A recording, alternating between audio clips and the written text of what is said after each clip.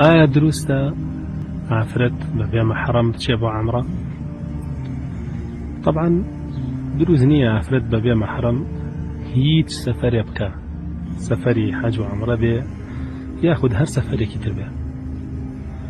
چونکە رسول الله صلى الله عليه وسلم بنصي فرمودا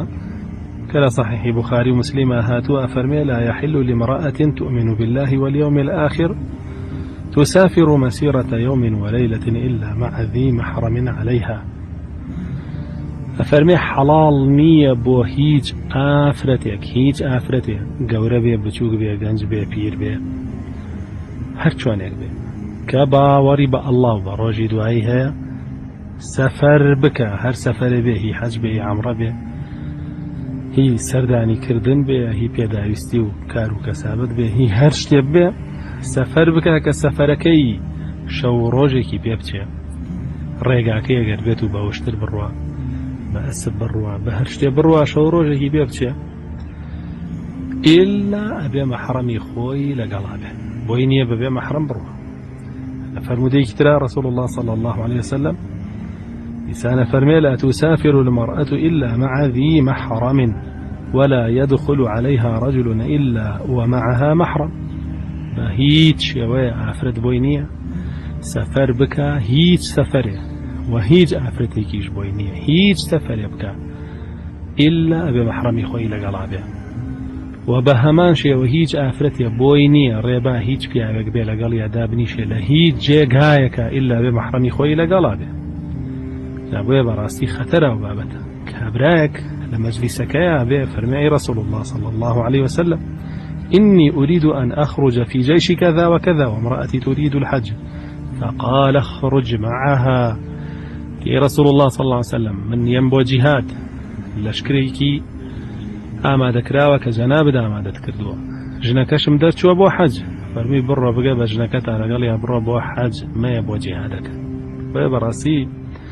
دروز نییە بە هیچ شێوەیە ئافرەت بەبێ مەحرەم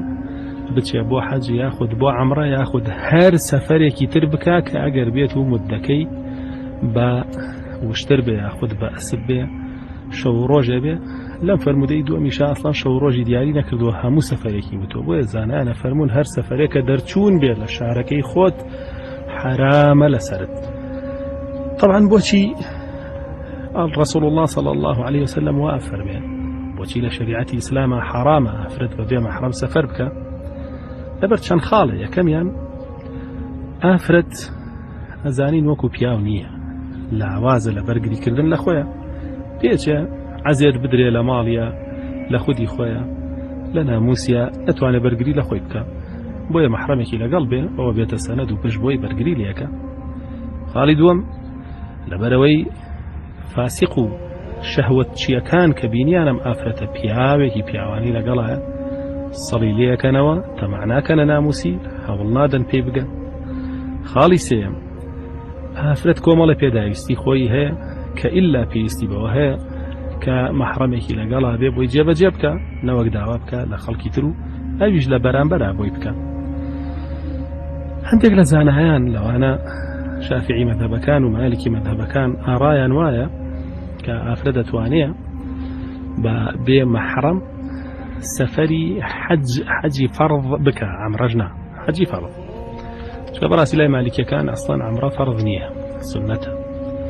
سونەتیش ناتوانی حرامێکی بۆ بکەی ئەنجابی بکەی. هەندێک لەو زانایانە فەرموویانە ئافرەتی ضەعینە لەبەرەوەی فەرمودەکەی رسول الله صلی الله عليه وسلم باسی ضەعینە ئەکاوەی کە فەرمێ لە سەنعاوە دێ بۆ حەضرەمەوت لە کەس ناترسێ خۆشی بەتەنیایە. ئەفەرمێ ئیمامی شافعی و هەندێک لە زانایانی تر ئافرەتی ضەعینە ئەوەی کە واتە ئیتر تووشی سووری مانگانە نابێ لە عوزری شەرعی چووەتەوە تەواو بووە، ئەوە توانێ سەفەر بکە لەگەڵ کۆمەڵێکی وەکو خۆی ئەگەر ڕێگا ئەمین بێ و ئەمینیش بێ لە ذاتی خۆی ئافرەتەکە کە تووشی تاوان و خراپەکاری نەبێ، ئەوە ئەتوانێت سەفەرکە. بەڵام ئەوەش جمهوری زانایان لەگەڵ ئەوەیان کە ناتوانێت سەفەر بکە لەبەرەوەی حەدیثەکەی رسول الله صلی الله عليه وسلم ڕوونە کە هەموو ئافرەتێک ئەگرێتەوە و هەموو سەفەرێکیش ئەگرێتەوە. و بەڕاستی ئێمە خۆمان لە ئەو سەفەرانەیە بووین و دیومانە ئافرەتانێک بەبێ مەحرەم هاتوون و دیویشمانە تووشی چێ بن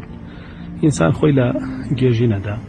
تماشای فرمودەکانی رسول الله بکە صلی الله عليه وسلم تماشای حالی ئومەت بکە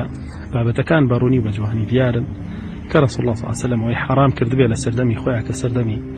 ئەو سەحابە بەڕێزانە و پاکترین و باشترینی جیلەکانی سەرزەوی بووە ئەی لەم ڕۆیە کە سەردەمی خراپترینی جیلەکانی سەرزەوی بووە چی بێ و ئەوانەشی کە سەفەری حەج و عومرەیان کردووە و بە تایبەتەوانەی کە زۆر زۆر ئەڕۆن ئەگەدارن کە لەوێ ئافرەت چۆن زەفەری پێبرێ وەچی ڕوو ئەدا وەچی ڕوو نادا ناچمە تەفسیلی و بابەتەوە بەڵام ئامۆژگاری رسول الله صلی الله عليه وسلم بۆ ئێوەی ئافرەتانەوەیە کە بەبێ مەحرەم سەفەر مەکەن و ئەو زانایانەی کە فەرموویانە مەحرەم شەرتە بۆ سەفەری ئافرەت بۆ حەج یا بۆ عەمرە ئەفەرموون ئەگەر بێت و مەحرەمی لەگەڵانە بێ ئەوە حەجەکەی و عەمرەکەی بەتاڵە.